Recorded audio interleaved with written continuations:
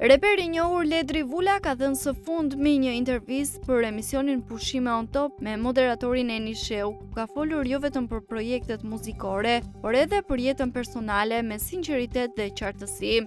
I kapur gjatë një koncerti të Alban Skënderajt në Milano, Ledri nuk i ka shpëtuar pyetjeve me humor dhe spec që Eni ja serviri pa ngurim. Një ndër to kishte të bënte me një emër të shumë përfolur në mediat roz, Xhensila Myrtezaj. I pyetur nëse do të pranonte një lidhje me Xhensilën vetëm për zhurmë mediatike, Ledri e mohoi prerë.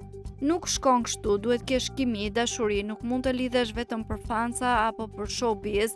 Pa pasur diçka reale nuk mundesh të lidhesh, kukulla nuk jemi, u shprehi. Deklarata e tij ka marrë vëmendjen e publikut, veçanërisht në një kohë kur emri i Xhensilës është rikthyer fuqishëm në skenë dhe në qendër të vëmendjes.